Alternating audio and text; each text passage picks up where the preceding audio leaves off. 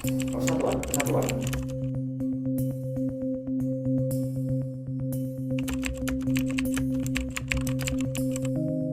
Bukan lagi penyidikan. Oh iya. Boleh dijelaskan Bapak mengenai tugas seorang kepolisian dan bagaimana cara mengimplementasikan dari tugas seorang kepolisian dalam mempersatukan kesatuan Indonesia? Ada beberapa hal yang mendasari tugas kepolisian. Salah satunya adalah di situ sudah diterangkan dalam Undang Nomor 2 Tahun 2002 tentang Kepolisian Negara Republik Indonesia. Di situ ada yang pertama adalah Harkaptimas, memelihara keamanan ketertiban masyarakat. Yang kedua juga kita sebagai penegak hukum. Yang ketiga adalah kita sebagai pelindung, pengayom dan pelayan masyarakat. Nah, kaitannya untuk menjaga persatuan, di situ kita juga bisa mengambil dari sisi pengayom, juga pelindung. Jadi contoh misalkan di tanah kami di sini, kami sebagai Polsek Umbul Sari ini, Kapolsek itu adalah merupakan bagian dari seorang muspika ya. Kami membawai 10 desa dan kemudian di tiap-tiap desa itu juga karakter masyarakatnya beraneka-ragam. Kami harus bisa merangkul semuanya, melayani semuanya. Tentunya berkaitan dengan apa-apa yang bisa kami layani berkaitan dengan pelayanan kepolisian.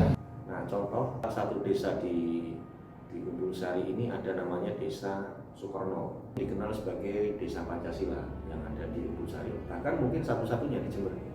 Di situ semua agama ada, semua suku ada, kemudian hidup berdampingan.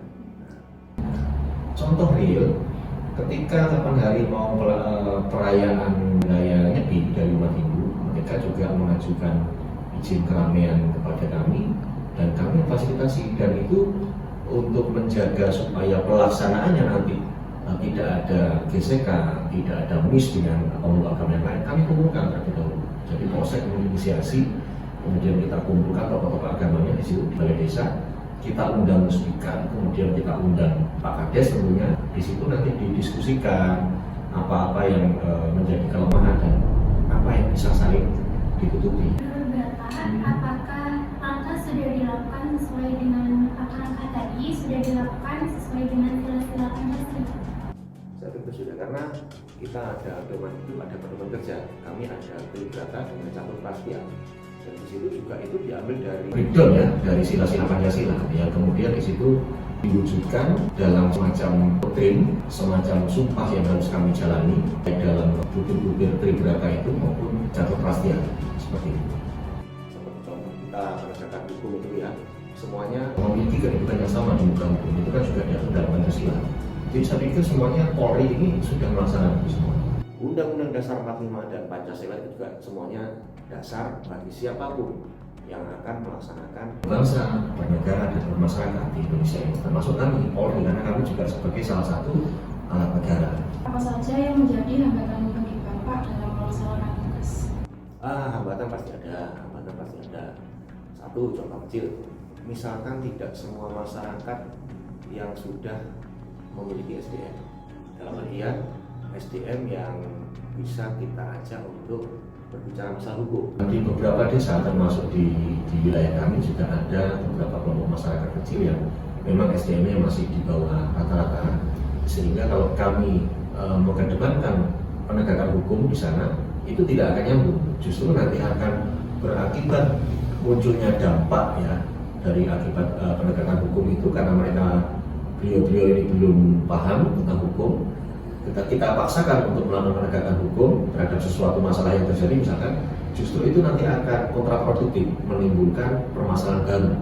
Tentunya ini perlu peran serta dari seluruh elemen negara ini untuk bagaimana kita bersama-sama untuk bisa mencerdaskan bangsa, mencerdaskan masyarakat, sehingga nantinya ketika hukum ini sudah dibuat dan dilaksanakan oleh APH, oleh penegak hukum termasuk Polri diantaranya, ini sudah nyambung. Tidak ada lagi masyarakat yang berbicara bahwa kami tidak tahu hukum, kami kalau berbicara masalah hukum kami awam, tidak ada lagi. Itu salah satu hambatan. Bagaimana cara Bapak menanggapi kecaman atau kritikan dari masyarakat? Jadi kan seperti tadi kan ada hambatan ya tentunya. Nah, tentu semua masyarakat tidak bisa menerima apa yang dilakukan oleh pihak kepolisian. Justru kami ketika ada kritikan dari masyarakat, kami senang. Berarti masyarakat peduli dengan polisi. Justru sebaliknya, ketika masyarakat itu sudah tidak memberikan kritiknya terhadap kinerja Polri, ini kami harus tanda tanya. jangan-jangan Polri sudah tidak dibutuhkan oleh masyarakat. Tapi sebaliknya ketika masyarakat ini masih mau mengkritisi tugas Polri, berarti kami masih diperhatikan.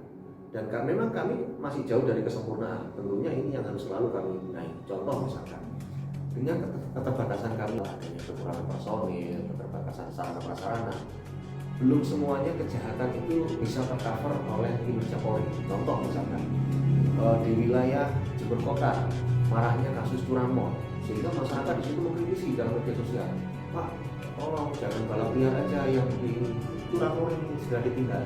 Kami merespon, berarti masyarakat ini peduli dengan polisi. Akhirnya kita cari bagaimana formulasinya, kemudian kita menggandeng semua elemen masyarakat. Dan alhamdulillah itu dengan kritikan-kritikan seperti itu juga memacu kinerja kami sehingga hasilnya juga curanmor bisa diungkap. Tentunya ini juga menggugah kami untuk semakin menggelorakan semangat kerja bahwa kami ini dinilai oleh masyarakat masih butuh Polri.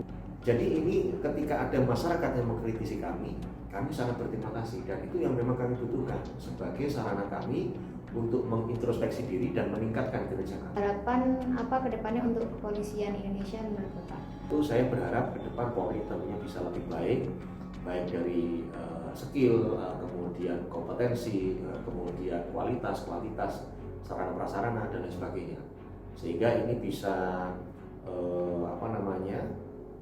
berkembang seiring dengan pertumbuhan masyarakat yang tentunya semakin ke depan semakin banyak dan juga kebutuhan mereka juga semakin beragam ya. Kami berharap Polri bisa mengimbangi.